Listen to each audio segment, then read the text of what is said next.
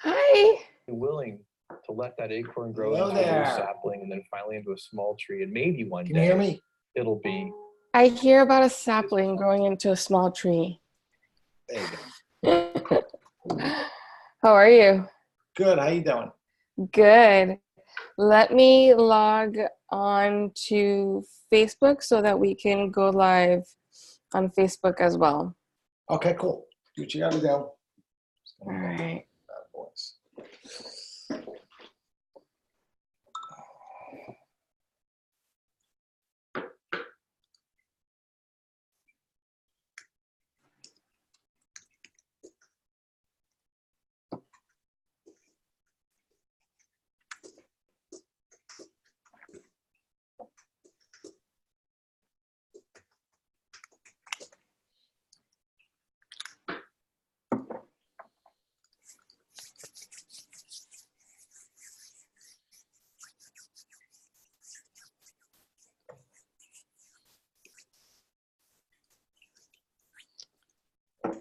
All right. Go live.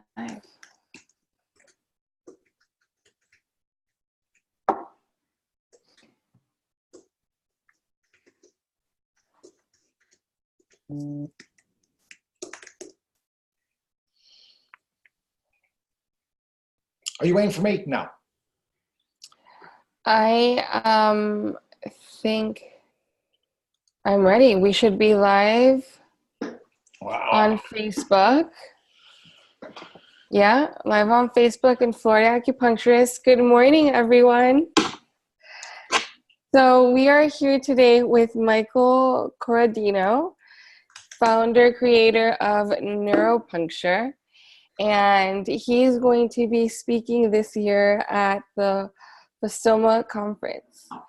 So if you've joined us before, you've definitely heard Michael talk. We met him back in May, April area when he was talking about the Neuropuncture Summit that he did in Orlando, which was amazing. I went and I met a lot of you there.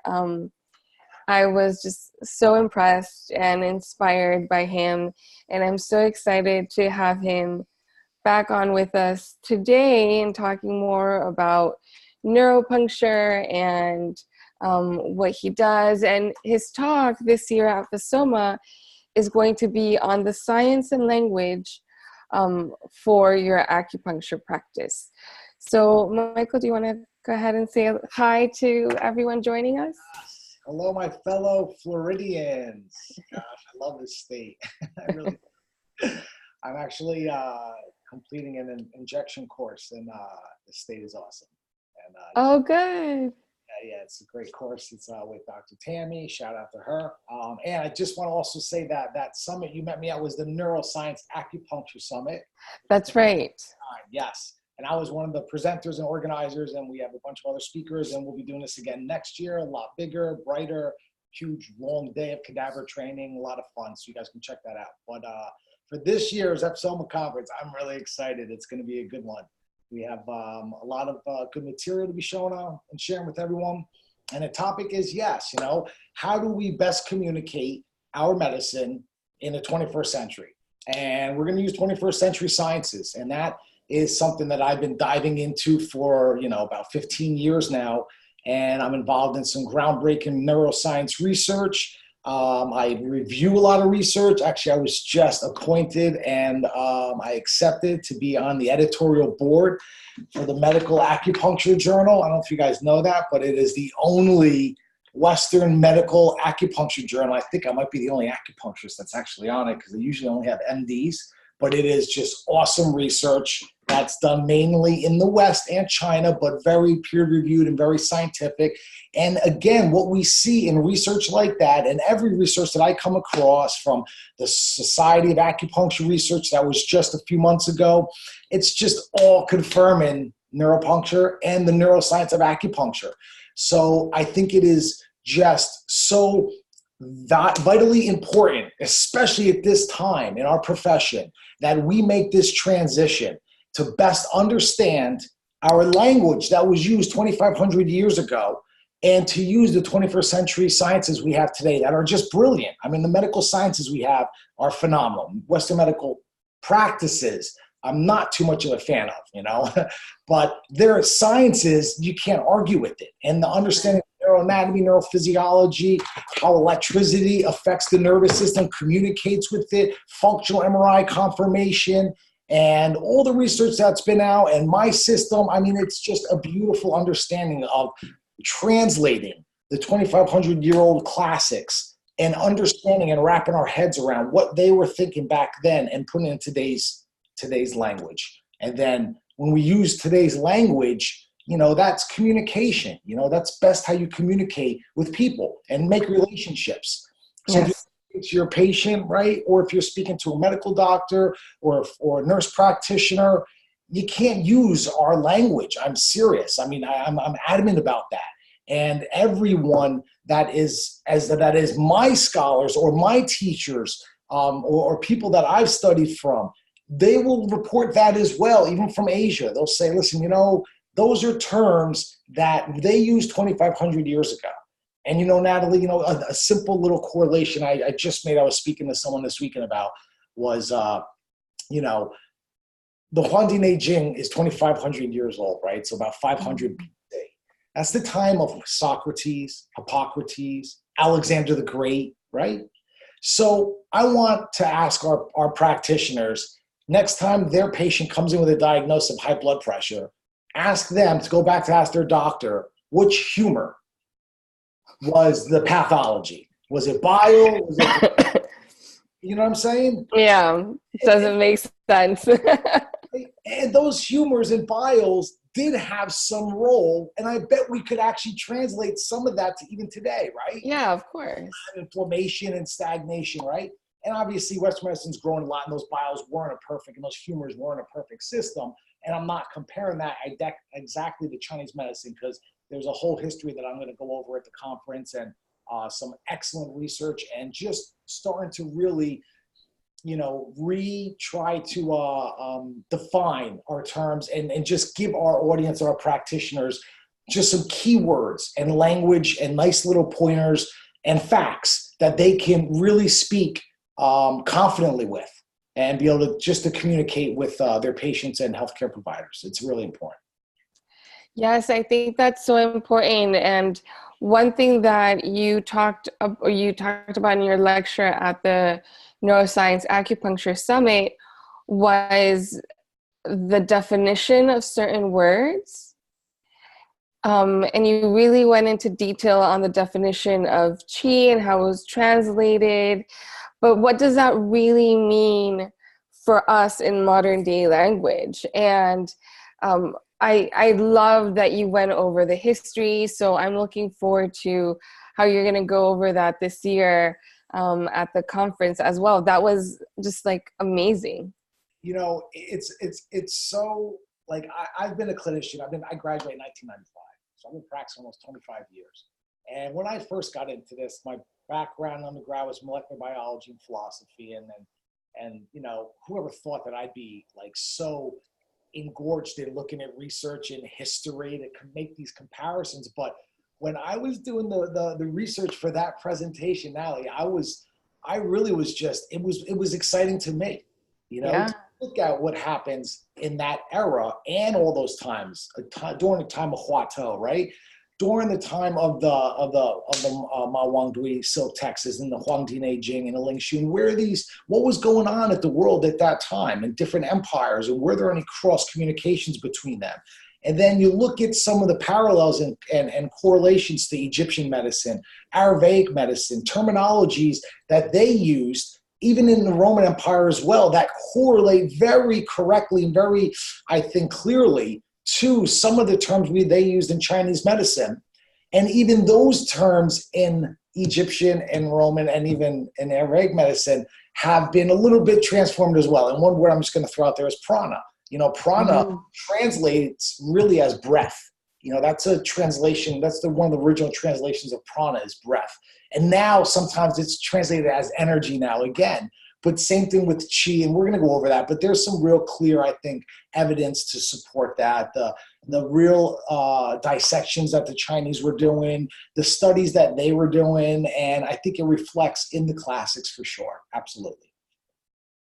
Yeah, and being able to talk to your clients, and like, sometimes I do get stuck with how to explain, because I do find that the terminology that we learned in school is very archaic, and it doesn't translate to modern day philosophy and viewpoint of life and reality. And that's what we need to engage with, because that is our present moment. And so when someone says, oh, what does that point do? And I say, oh, that just moves your liver chi, your liver stuck. A lot of people will go into, oh my goodness, I need to go to the doctor. I don't want to get liver disease. And that's not even what we're talking about. It's so funny you say that, because I remember that happening like 20 years ago for me. Because when I used to use those terms, oh my God, every one of my patients would say that. Oh, your kidney's deficient. Oh my God, is something wrong with my kidneys? And Yeah. I totally re-explain that to them. No. And and right there, that insight, I think also reflects to the importance of us being able to translate those. For a very simple illustration would be liver chi stagnation. Well, that could manifest as possibly PMS. It can manifest as frustration. Maybe it can manifest as depression. It can manifest maybe even as gallstones, right?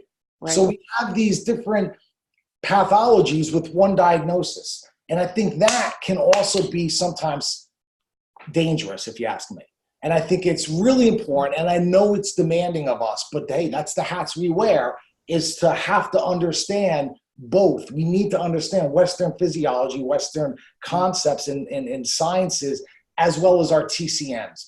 And there's a lot of practitioners I know that have crossed over from Western to Eastern or Eastern to Western, and they're all like, wow, like, yes, Chinese medicine is not just elaborate within itself, but to apply it, we also have to understand this other now large body of Western medicine to really be able to best take care of our patients. And I think in our profession, sometimes our practitioners, because it's overload, they'll drop the Western medicine and just focus on the TCM. But like you said, archaic terms, unfortunately, that is an appropriate terminology to use to describe them, because they're thousands of years old. And when we look at, again, that comparison with other medical systems at that time, and I'll clearly illuminate that and illustrate that at FSOMA, it's neuroscience and it's neuroanatomy. And when they were looking at the bodies the way we do when we look at the cadavers, when we do cadaver training, I tell my practitioners, this is what Huatou was looking at. Let's put our minds in the set of Huatou. He had knives, we have scalpels, he has eyes, we have eyes, we got headlamps, he had the sun, right? And let's do dissections. Let's look at the human body the way he saw it. And I think that it really is very clear, and also clearly reinvestigating the terms, where they traditionally came from, Jinglo, Mai, Qi, Jie, and looking at those terms, where they came from, where they translated, then look at some of the energetic terms where they came from and see where that was mistranslated, mischaracterized, who even came up with them, understanding that history, because that's the words we're using. So we should know where they come from. And then do we accurately and confidently support that translation? And that's something we need to consider as a practitioner. If you do, that's fine. And I know there's practitioners out there that will, say, what about biofield? What about quantum biology? I get it. Yes, I get it. But that doesn't explain pathways and networks the way meridians do. That does not. And there may be absolutely some involvement of a biofield if that gets, discovered and confidently correlated to physiology the way acupuncture works. But that's still, I don't think 2,500 years ago, they were thinking about quantum entanglement and, quantum tunneling when they were putting a pin or scraping a bone and using things like that to affect nerves, that they were able to see that reaction on their patients by, oh, I feel that Da Qi sensation. Well, that's sensory nerves, we know that. So I think it's a little bit of a head game that I think some of our practitioners get wrapped around, because the philosophy of Chinese medicine is amazing. And I think the holistic approach, I keep that in my system in neuropuncture. It's so important to keep that holistic model. But acupuncture is neuroscience and neurophysiology. And that's what I'm going to be presenting at FSOMA, just to really give us some 21st century awesome medical science terminology to integrate and interweave with the communication that you do with your patients. It's really great. Amazing. I'm so excited to be there again and to hear you speak and teach. I mean, like I said, when I went to the Neuroscience Acupuncture Summit, and I'm so excited that you're going to be doing another one next year. And the lineup of speakers that you had with you, amazing. Like, I fell in love with each and every one of them. And Amy, oh my goodness, Amy was incredible also. Dr. Amy Wolf, shout out to her. Dr. Andy Rosen, Yes. Dr. Clay Shu, definitely anyone that's watching this, if you're not familiar with them, check them out. They're all very experienced leaders in their field, in their individual acupuncture area, all using neuroscience and understanding acupuncture through neurophysiology. And it's really great to see leaders like that teaching, explaining it, and then practitioners see it, and that's just more reinforcement. And, you know, Florida, we're doing really, really well with our state. You guys are awesome, FSOMA. I'm so honored to be speaking at your conference. I really am, and I'll always be there every year to support you guys, because you guys have really done a lot for us, and this state is great. And we cannot lose our scope of practice. We cannot lose our footing right now. And I think it's a real pivotal point to keep that foot solid and then step forward. And we need to get our understanding of Western medical sciences and how that interprets and how that applies to our acupuncture model. Yes. Yeah. And the speakers, every one of them, like you said, is amazing at the way that they teach, they lecture, and you can see the joy and the passion as they they just emote it just beautifully. And it, for you as a viewer sitting there learning from them, it really inspires you and motivates you and opens your creativity in your mind to these whole new connections. And it's just an amazing experience. Everyone needs to go. Definitely need to go to FSOMA and hear you speak, because I really admire the work that you've done and creating neuropuncture. I think it takes a lot of courage in a profession like ours, because a lot of our teachers, and I'm sure some of your teachers, were very stuck on, and I don't know if that's probably the nicest word, but in tradition, right? And there is, of course, a respect to tradition. We have to honor that. But also innovation is part of building a healthy and happy future for everyone. We all need to be willing to evolve. And yeah, so. And Giovanni Macchiocia, who passed last year and was a dear friend of mine and an awesome scholar and colleague and professor, he wrote in my book, the foreword, that I don't take the spirit out of Chinese medicine. And I try not to do that. And yes, tradition is so important. I come from a family tradition and, you know, martial art tradition and culture. So that is I'm very much into the respect of our elders, of our history. And I'm not at all trying to change that. And we'll talk about that, okay? Like William Reich in 1645 translated all those terms, who was a physician, accurately, okay? He translated Jinglo and Maya's networks and pathways and channels, and Qi as breath, and Jie as a neurovascular node. So this was in 1645. He was a physician. He nailed it.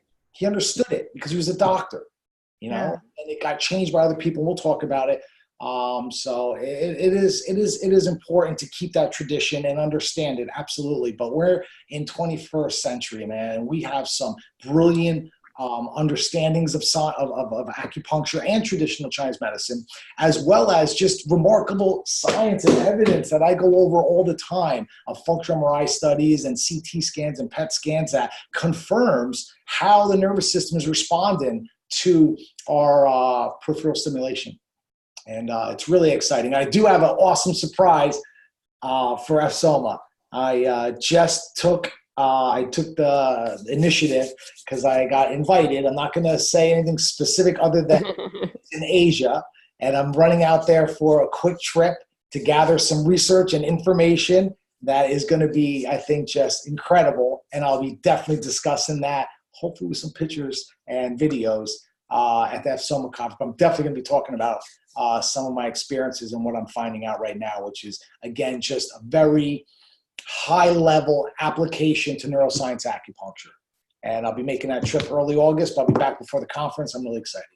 Oh, that's amazing. I'm so excited. That was a good tease. I know. You guys will be the second to know. My NeuroLab members will hear that first because I'll have probably a webinar or something just before the conference, but you'll be that FSOMA is hearing it next, and I'm really excited. I'm going to be hopefully bringing something really powerful to the States, and just, again, that'll galvanize, I think, even more, or just keep really compounding how important what we do is and how real what we do is, and how impactful, once we understand how to modify the nervous system, what we can do is limitless because the nervous system animates everything. So. Yeah. Great. I'm so excited to hear what it is. I don't want to do any spoiler alerts. I'll be a lot of, trust me, it's going to be a lot of really interesting. I think it's going to be really exciting. So before we go, is there one little thing that you want to be able to share with us, or a word, for example, that you'll probably cover in your lecture, or a good word for us to start using in our practice with our clients, or even just talking to other physicians? Great question. Okay, there's a couple things. I know one thing would be just great to remember, but there's a couple things. I would say try to avoid using the terms meridian and chi. I would say start to replace them, okay, with pathways, channels, and networks, for meridians, definitely, because that's what they are. When you really look at the nervous system, there are channels and networks and pathways of nerves all through us, and it mirrors exactly the language and a lot of the understandings of TCM and acupuncture. So when you read those terms in your books or anywhere, wherever you see meridians and energy, I'd cross them out and I do that and write channels, pathways, networks, breath, air. Okay. And start to just get an understanding of that. Don't underestimate that concept that we take in oxygen. Oxygen gets spread through our body. There's ways to manipulate that through Qigong, we know, right? And there's different systems where there's been people have reached incredible high levels of manipulating their nervous system through breathing. Yeah. So there is that connection for breath and the nervous system that the Chinese linked 2,500 years ago, but it's not a mystical idea, and I think we should stay away from that because it's really confused a lot of our communities. And the other thing is, if you want one term, neuroplasticity. Start to learn that, understand that our nervous system has this ability to adapt to stimulation and to change. So if our patients have depression, diabetes, chronic pain, we could change that, but we have to modify the nervous system for a period of time so that it has that neuroplastic change and it starts to correct the actual pathways. So I would say just try to adjust your focus away from energy and meridians and look more at pathways, channels, networks, breath, and air. And then look into that term neuroplasticity. So when you're correcting your patient's condition, you want to neuroplastically correct their nervous system. Amazing. Everyone has a lot of homework to do now, and definitely look into that. Thank you so much for being with us today and sharing a little bit of your time with us and feeding us some inspiration and some soul with everything that you've been doing. Thank you so much. I'm really excited to be out here. I really feel like I just started. It's really exciting time to be on the East Coast with my family and in the state. I love it.